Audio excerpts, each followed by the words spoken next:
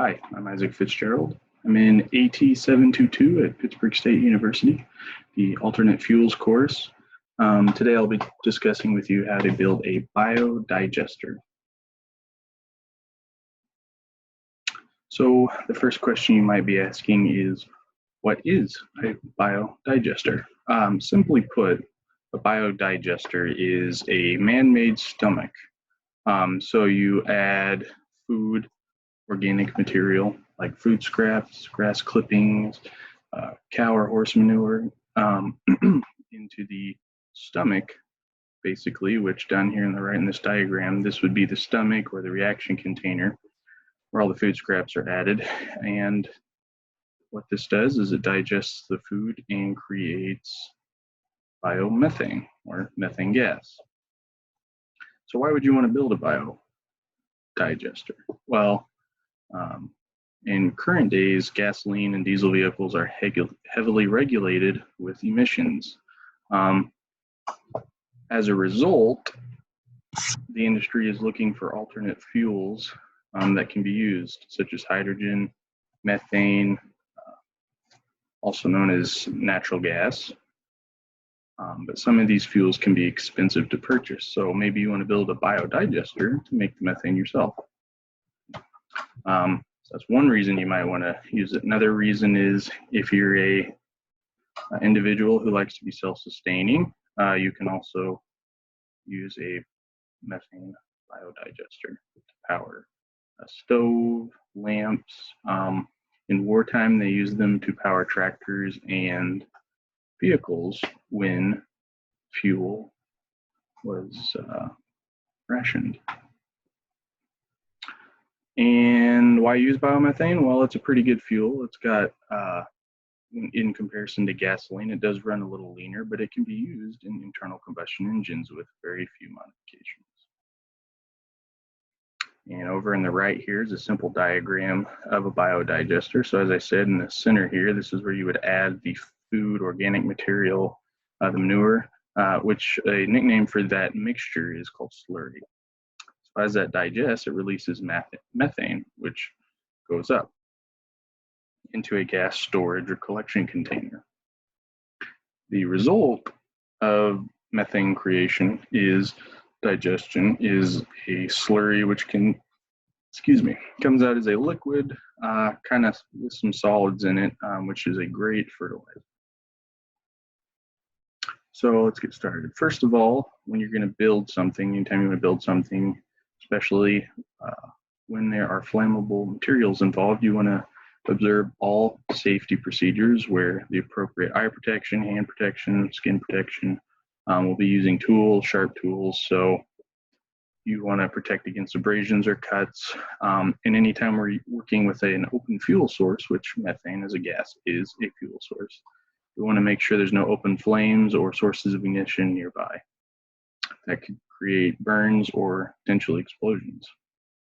So the materials we're going to use to build this are pretty basic. This is where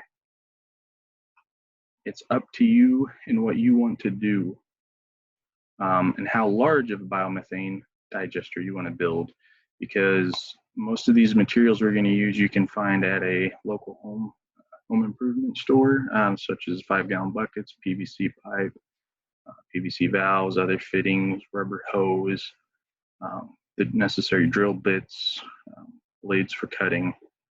The tools we're going to use are simple hand tools. Cutting device such as a hacksaw can work, maybe a Dremel or an angle cutter will work as well. And as far as the size, we're going to build a pretty small one. It's going to be, the main reaction container is going to be based off a 5-gallon bucket. So really this design is best for proof of concept. It can be used with a small campfire type gas stove, or to use to provide fuel for a gas lamp.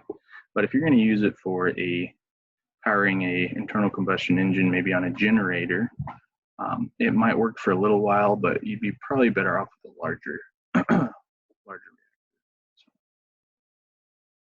So starting off, we'll build the reaction container. First, we need to build the lid for this. Now, the lid is going to contain the charging pipe, which is where we're going to add the organic material. And it also contains the gas port, where the created methane is going to vent out of the reaction container to go to our storage container. So in order to do this, we're going to use a standard 5-gallon bucket that you could get from Lowe's or Home Depot, and we're going to use the lid that comes with it, because the lid that comes with it usually has a rubber seal inside, and so we want this whole digester to be airtight, liquid tight. And so the lids that come with these buckets are really good. They have a nice rubber tight seal. So what you're going to do, and these dimensions are just a base starting point.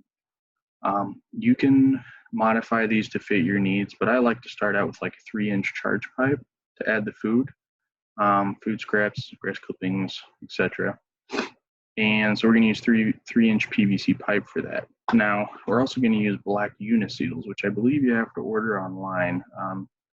Those might be available in store, but I know you can get them online, and they're fairly inexpensive, a few dollars a piece.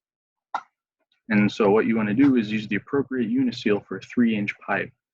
Now we're going to drill a hole in the lid. I prefer the center of the lid for this charge pipe, so that way food is evenly distributed across the bottom of the bucket. If you put this large charge pipe hole over on the side, you might get food and scraps piling up there, and then they won't disperse across the bottom. So center is a good place for that. You want to drill the appropriate size hole for the 3-inch uniseal. And then you're going to want to do the same for a 1/2-inch PVC pipe. Drill an appropriate size hole for a 1/2-inch inner diameter uniseal.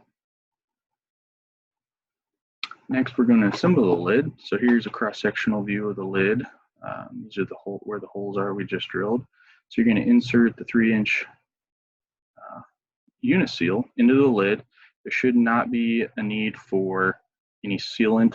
The uniseals fit pretty tight, and they usually have a good seal once you insert the pipe, as long as the hole is perfectly round. If you use like a hole saw to drill that hole. And then we'll insert the 3-inch charge pipe through the black uniseal. Again, no sealant is necessary.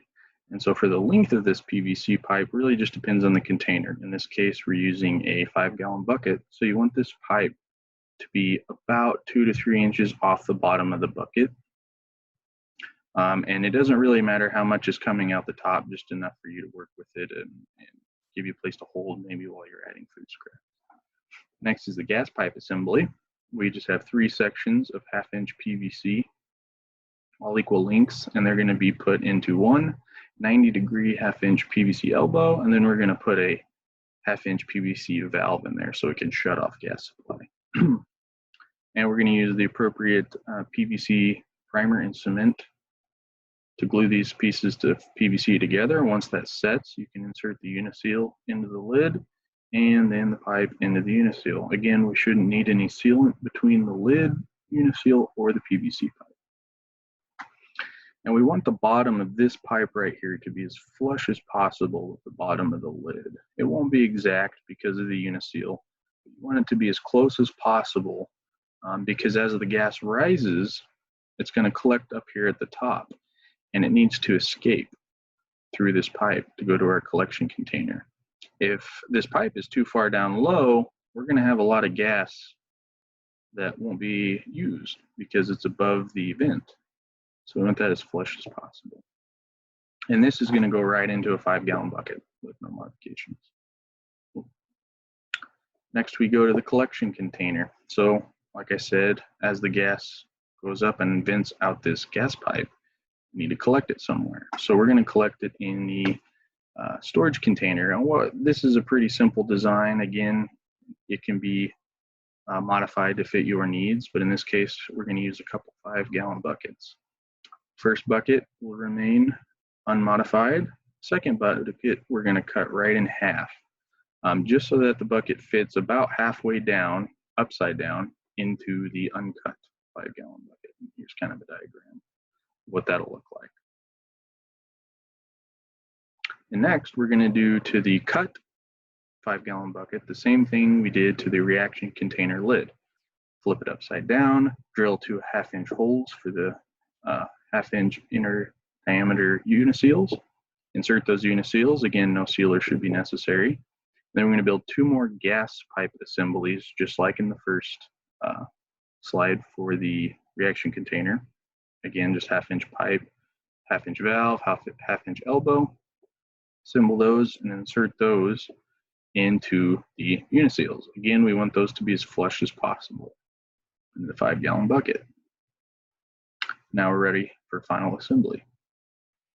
We'll put the reaction container lid we built onto the 5-gallon bucket, and then we'll take the 5-gallon bucket or inner storage container that we cut in half, flip that upside down, put that inside our other 5-gallon bucket, and then we'll connect a rubber hose between the exit gas pipe assembly into the inlet gas pipe assembly on the collection container.